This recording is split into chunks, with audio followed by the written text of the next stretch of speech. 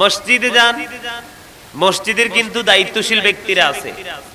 বাংলাদেশের ম্যাক্সিমাম জায়গায় মসজিদের দায়িত্বশীল ব্যক্তি নষ্ট চরিত্র, নষ্ট মনের মানুষ আছে না নাই? তাহলে এই পবিত্র জায়গাটাও নষ্ট হয়ে গেছে, ঠিক কিনা? আরো জোরে। মাদ্রাসা পরিচালনা করছে সভাপতি বলেন, সেক্রেটারি বলেন, যারা মাদ্রাসার দায়িত্বে আছে, ওইখানেও কিন্তু অনলাইন মিডিয়াগুলোতে দেখা যায়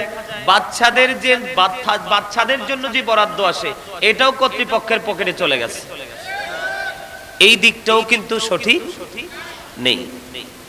আর আমাদের বর্তমানে বাংলাদেশে বিয়ে শাদীর যে অনুষ্ঠানগুলো, এই বিয়ে শাদীর অনুষ্ঠানগুলোতে কিন্তু একেবারে কন্টিনিউ এটা কি লাড়ছরে ভাই তুমি এমন হলো কেন? এতক্ষণ তো ভালো ছিল। কেমন জানি একটা শব্দ দিতেছে, আওয়াজ।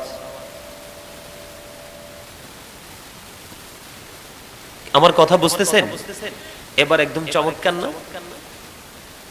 এবার আসেন বিয়ের মতো একটা পবিত্র কাজ, এই বিয়ের মতো পবিত্র কাজে কিন্তু ধারাবাহিকভাবে বাংলাদেশের একেবারে প্রত্যন্ত অঞ্চলগুলোতে পর্যন্ত মিউজিকের আয়োজন। আপনারা দয়া করে আমার কথাগুলো একটু শুনবেন। মাহফিল কবুল হওয়ার জন্য হাজার হাজার লক্ষ লক্ষ মানুষের প্রয়োজন নেই। আল্লাহ রাসূলের প্রেমিক দুই একটাই যথেষ্ট। আপনাদের কিন্তু মনোযোগটাই এখন ওয়াজের দিকে আসতেছে না। আমি কিন্তু গত বছরের আগের বছর কিন্তু আপনাদের এখানে আমি ওয়াজ করে গেছিলাম, আপনাদের মনে আছে? কে কে ছিলেন সেই মাহফিলে? সবাই ছিলেন না? ওই মাহফিলটা এত বেশি জনমনে জায়গা করেছে, ওই ওয়াজটা খায়রুল ভাই জানে, উনি আমার মনে হয় উনি দেখে আলোচনাটা এত বেশি সাড়া পড়ছে আপনারা কল্পনা করতে পারবেন না।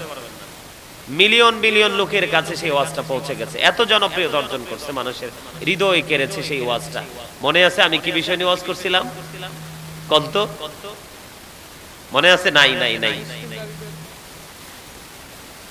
2 বছর আগের কথা হইলে কি হইছে মনে রাখা যায় না? আমি তো সেই ছোট্ট স্টুডেন্ট লাইফে কি পড়ছি এটিও মাথায় আছে। আপনাদের মসজিদের ইমাম সাহেব কি বলে, মাহফিলে গেলে বক্তা কি বলে, এগুলো তো আপনাদের মাথায় রাখতে হবে, তাহলেই না আপনারা আমল করতে পারবেন, না হয়তো পারবেন না তো। আচ্ছা যা হোক, এই দিকটা গেল, এই দিকটাও কিন্তু কি হয়ে গেছে? নষ্ট হয়ে গেছে। সবচেয়ে বড় দুঃখের কথা যে খাবার খেয়ে মানুষের জীবন বাঁচে, এই খাবারটা যে আমাদের সামনে আসতেছে এটা পর্যন্ত ডুপ্লিকেট হয়ে গেছে। চাষিরা কিন্তু, কৃষকরা কিন্তু তারা মাঠে ফসল ফলিয়ে ফসল কিন্তু যথাযথভাবে আড়তে পৌঁছে দেয়, কিন্তু আড়তদার বেশি দিন রেখে বেশি মুনাফার জন্য এটাতে কিন্তু মেডিসিন ঢুকিয়ে দিচ্ছে। 2 নাম্বারই না? এখানে কি বিচার আছে? কথা বলেন, এখানে কি বিচার আছে? এখানেও বিচার নাই। আছে? বিশেষ করে আমাদের সমাজে যারা সর্দারি করতেছে, এই সর্দার মাতাব্বর মেম্বার চেয়ারম্যানের উপরে ইউনিয়ন ওয়ার্ড, এটা সুখ শান্তি কিন্তু নির্ভর করে, ঠিক কিনা বলেন? এই যে সামাজিক যে ব্যবস্থাপনা এটা কিন্তু পুরোপুরি কলুষিত। তখন আমার কাছে সবচেয়ে বেশি অবাক লাগে, সম্মানিত উপস্থিতি, সবচেয়ে বেশি অবাক লাগে যখন দেখি একজন বিচারক একটা নোংরা জিনিস, একটা সিগারেট অথবা 1 কাপ চা, নয়তো বা 500 টাকার একটা নোট, এটার বিনিময়ে কিন্তু ন্যায্য সুন্দর সুষ্ঠু পরিবেশটাকে নষ্ট করে দিয়ে সে উল্টো দিকে রায় ধাবিত করে দেয়। তাহলে বিচারকও কিন্তু তার বিচার কার্যক্রম যথাযথভাবে পালন করে না, ঠিক কিনা বলেন? আমার কথাগুলো কি ঠিক না মিথ্যে কথা? এরপরে দেখেন, জীবন জীবিকার জন্য মানুষ কর্ম করে পবিত্র টাকা ইনকাম করে, ওই টাকাটাকে আরো বেশি বৃদ্ধি করার জন্য সুদের সাথে সম্পৃক্ত। এই জায়গাটা, ইনকামের জায়গাটাও কি, অর্থ উপার্জনের জায়গাটাও কি নষ্ট হয়ে গেছে না? কথা বলেন, গেছে কিনা? নষ্ট হয়ে গেছে। তাহলে আমার কথাগুলো একটু মন দিয়ে শুনবেন। আমি কিন্তু আগে আপনাদেরকে পয়েন্টগুলো ধরিয়ে দিচ্ছি, তারপরে যেই যে বিষয়গুলোর উপর বেশি গুরুত্ব দিয়ে আলোচনার প্রয়োজন আমি সেই বিষয়গুলো নিয়ে আলোচনা আপনাদের সামনে করব। সম্মানিত উপস্থিতি, বর্তমান সমাজে প্রভাবশালী মানুষ যদি কোনো অন্যায় করে, কোন অত্যাচার করে, এটার বিরুদ্ধে কোনো প্রতিক্রিয়া নেই। ছোট্ট নিম্ন শ্রেণীর মানুষ, নিম্ন আয়ের মানুষ, মধ্যবিত্ত ফ্যামিলি ছোট্ট কর্ম করে ফ্যামিলি পরিবার চালাচ্ছে, ওই মানুষটা যখন ছোট্ট একটা অন্যায় অপরাধ করে তখন কিন্তু তাকে পানিশমেন্টটা খুব কঠিন ভাবে দেওয়া হয়। তার মানে সাজাটা তাকে খুব কঠিন ভাবে দেওয়া হয়। কিন্তু যদি ক্ষমতাসীন লোক সে অন্যায় করে, সেটা নিয়ে কোনো প্রতিক্রিয়া আমাদের মধ্যে থাকে না। আছে না নাই? নামাজের মতো এত বড় নিয়ামত, এটা যথাযথভাবে পড়তে পারলে কিন্তু আল্লাহ ওয়াদাবদ্ধ আমাদেরকে পুরস্কার দিবে। কিন্তু এখন নামাজ পর্যন্ত হয়ে গেছে ডিজিটাল এবং কমার্শিয়াল। সুন্নাত নফল নাই।